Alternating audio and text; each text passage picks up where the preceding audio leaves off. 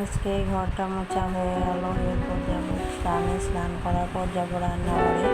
ততক্ষণে ছেলে বললো পেঁয়াজি আর বেগনি ভাজবে, তো দেখি এখন কি করছে রান্নাঘরে, তোমাদেরকে দেখাবো।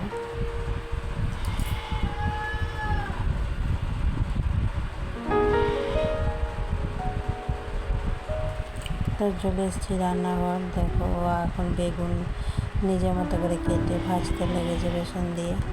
আবার এদিকে থালে কিছুটা পেঁয়াজও কেটে রেখেছে। ভেজেছিল দুইটা, একটা খাইয়ে দিলাম।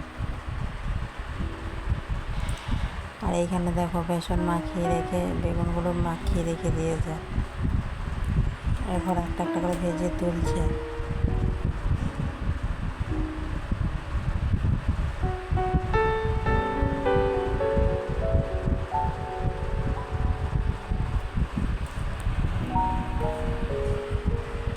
তো আলুগুলো দিয়ে দিলাম, কড়াই থেকে তুলে নিচ্ছে।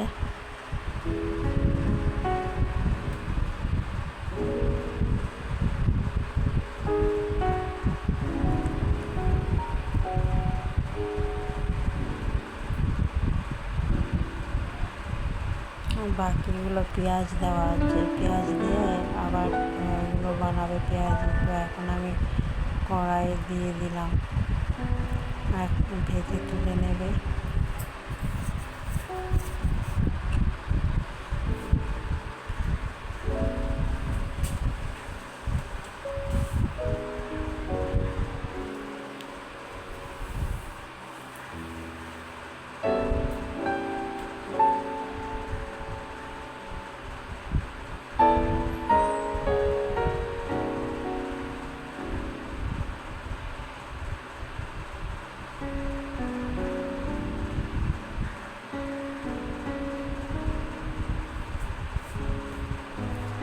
তো এদিকে দেখো একটা একটা করে তুলে নিচ্ছে পেঁয়াজিগুলো। মোটামুটিভাবে শিখে গেছে। তেলের ওপর আমি দিতে দিই না, আমি বললাম আমি দিয়ে দিই, তুই তুলে নে, মানে এখনো ছ্যাঁকা লাগাই তো মুশকিলে পড়বো। আর তারপরে এগুলো হয়ে যাওয়ার পর চলে গেল খেয়ে দিয়ে স্কুল। আর এখন আমি চলে এসেছি রান্নাঘরে। ভাত হয়ে গেছে, ভাতটা নামিয়ে কড়াই বসিয়েছি। আর কেটে রেখেছি পেঁপে আলু, আজকে পেঁপে আলুর তরকারি বানাবো। আর এইদিকে দেখো ভাতটা ঝেড়ে নিলাম।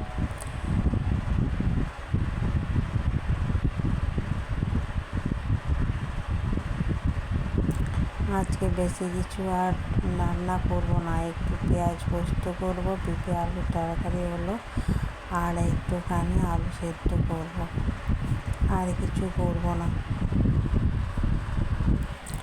ছেলে বললো আমি স্কুলে ভাত খাবো, তাই আমি চালও দিয়ে দিয়েছি। এখন ভাতটা আমাকেই খেতে হবে রাত্রে। তো যাই হোক, এখানে আমার পেঁপে আলুর তরকারিটা হয়ে গেছে। কেমন হয়েছে জানাও। আর আজকের মতো ব্লগ ভিডিওটা এখানে শেষ করছি।